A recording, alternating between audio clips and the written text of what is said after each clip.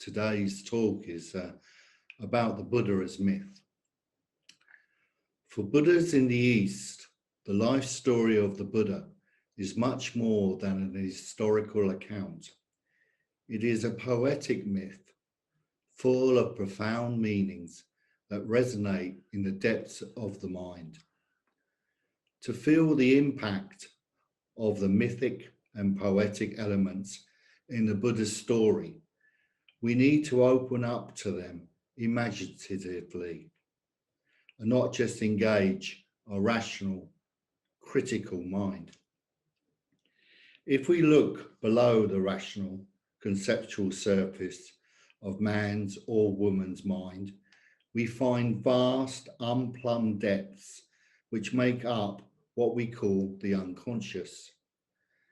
The psyche in its wholeness consists of both the conscious and the unconscious. The unconscious, non-rational part of man or woman is by far the larger part of his or her total nature, and its importance is far greater than we generally care to recognize. Consciousness is like light froth playing and sparkling on the surface, whilst the unconscious is like the vast ocean depths, dark and unfathomed, lying far beneath.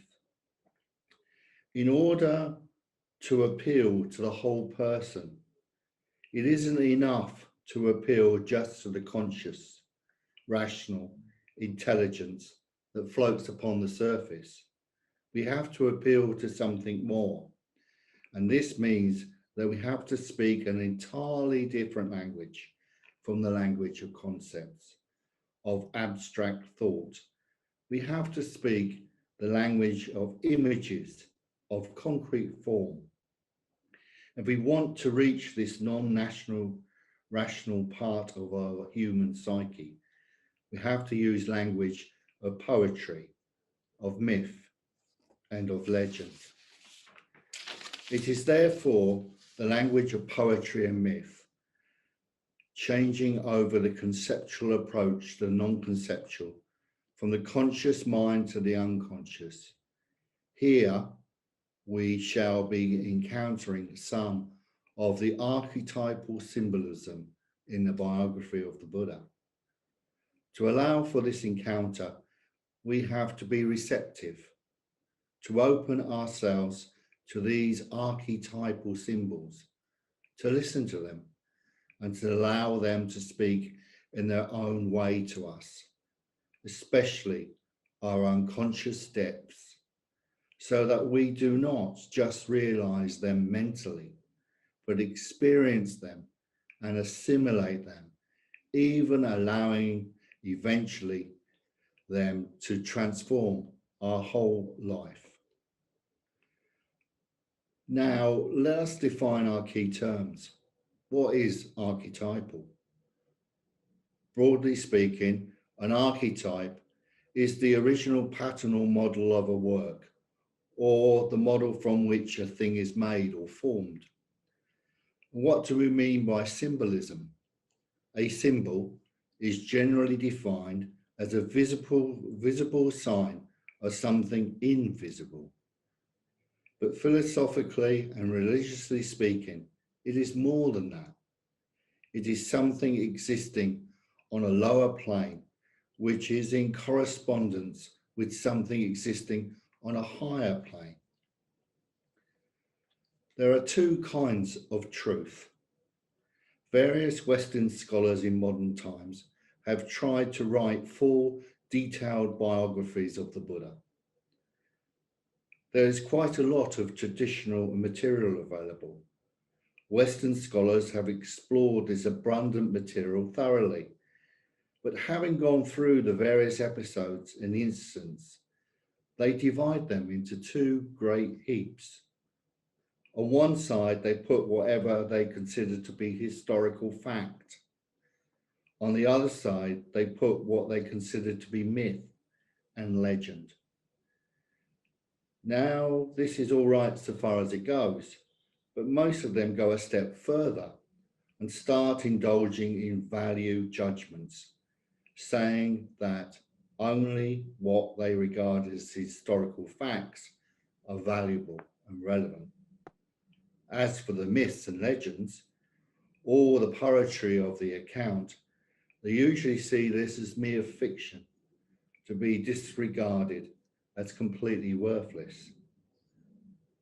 This is a great mistake, for we may say that there are two kinds of truth: what we call scientific truth, the truth of concepts or reasoning, and in addition to this, some would say above this, there is a way that we call poetic truth, or truth of the imagination, or of the intuition.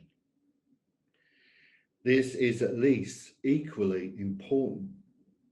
The latter kind of truth is manifested in what we call myths and legends, as well as works of art, in symbolic ritual, and also, quite importantly, in our dreams.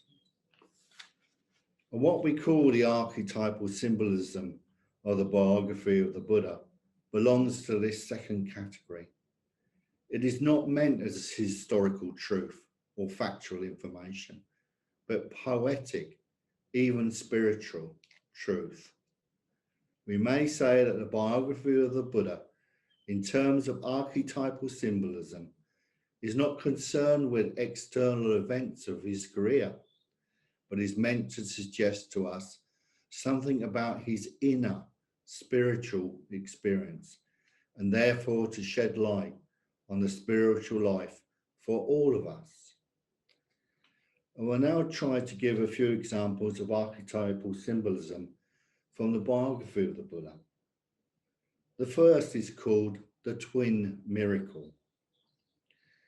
A traditional text says, "Then the exalted one, standing in the air at the height of a palm tree, performed various miracles of double appearance. The lower part of his body would be in flames, while from the upper part there streamed 500 jets of cold water. While the upper part of his body was in flames, 500 jets of cold water streamed from the lower part. Next, by his magical power, the exalted one transformed himself into a ball with a quivering hump. The ball vanished in the east and appeared in the west. It vanished in the north and appeared in the south. It vanished in the south and appeared in the north." And in this way, the great miracle is to be described in detail.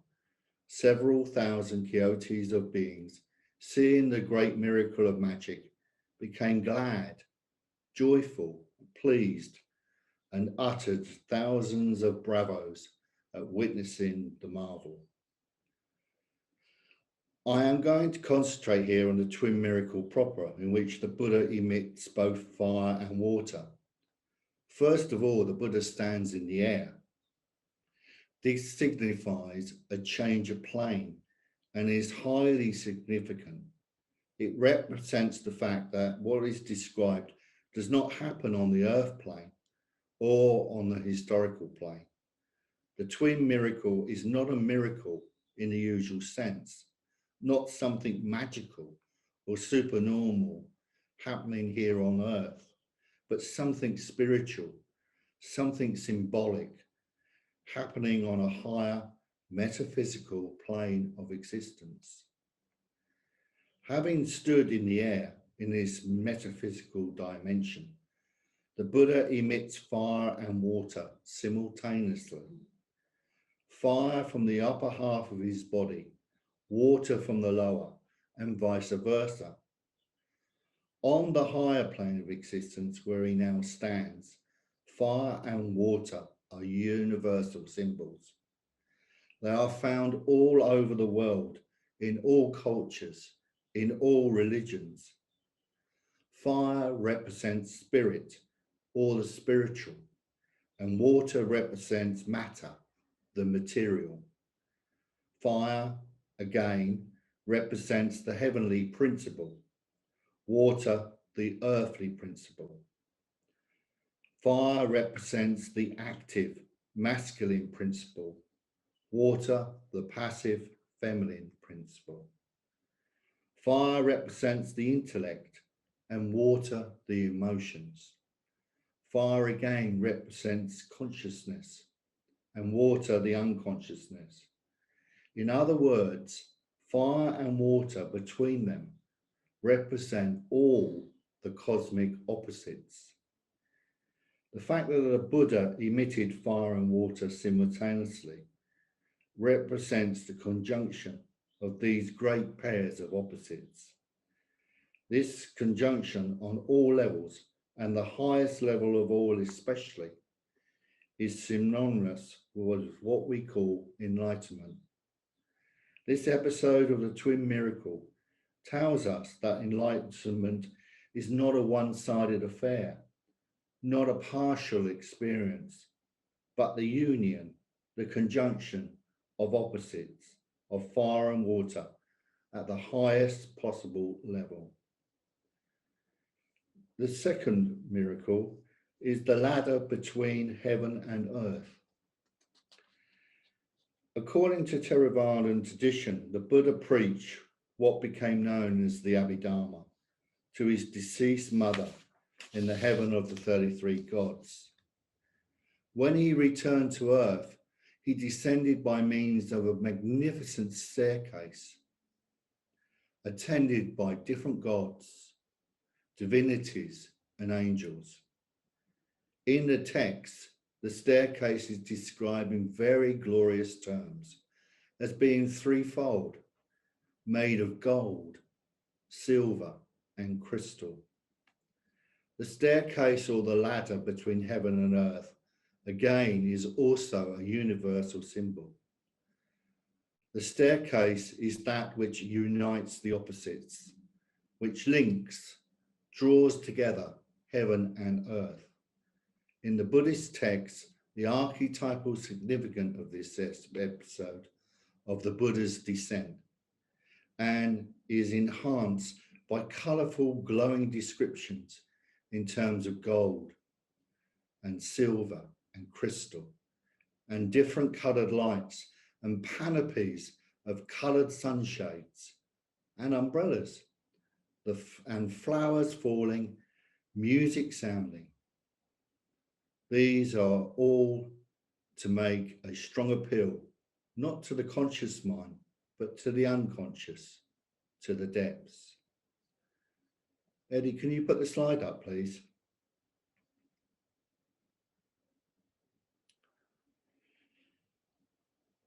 Another variant to the theme of the union of opposites is what is generally known as the world tree or cosmic tree.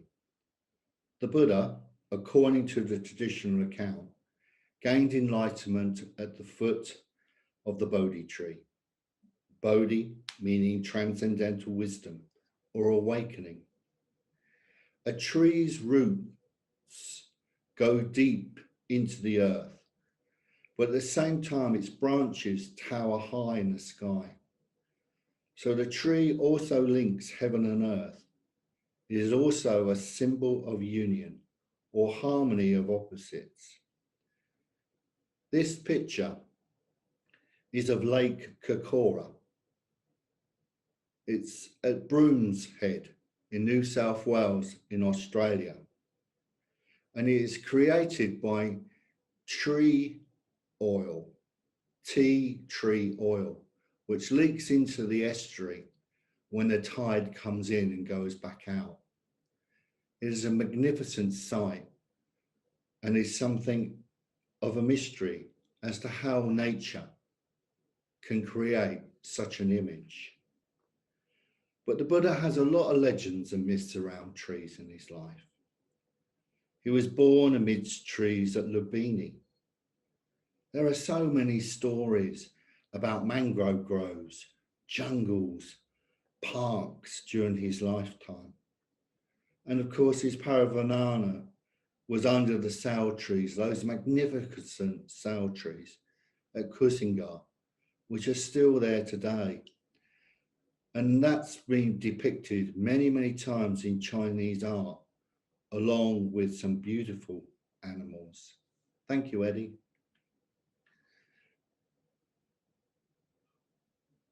Thank you. The diamond throne is closely associated with the idea of the ladder or staircase or a tree, and is the image at the central point. In all traditional accounts of the Buddha's enlightenment, he is represented as sitting on what is called the Vajrasana, which literally means the diamond seat or diamond throne. The diamond, the Vajra in Buddhist tradition, represents the transcendental element, the metaphysical base. According to tradition, the Vajrasana is the center of the universe. This centrality in the cosmos of the Vajrasana suggests that enlightenment consists in adopting a position of centrality. This metaphysical or transcendental centrality, which constitutes enlightenment, amounts to the same as the union of the opposites, about which I have previously spoken. There are further events around the Buddha's actual enlightenment. This series is connected with the most important events in the Buddha's whole career, his attainment of enlightenment. These symbols are represented by certain incidents, usually regarded as historical or partly historical, though in actual significance is much, much deeper. The first of these incidents is traditionally known as the victory over Mara, the Satan of Buddhism.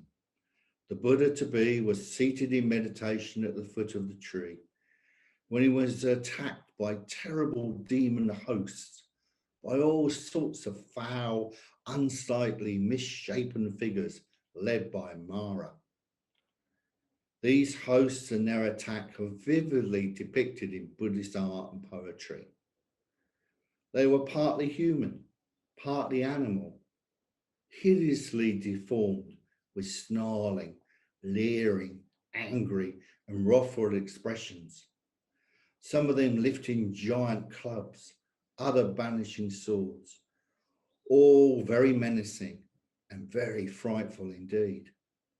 But all the stones, arrows and flames, on reaching the edge of the Buddha's aura of light, turned into flowers and fell at his feet.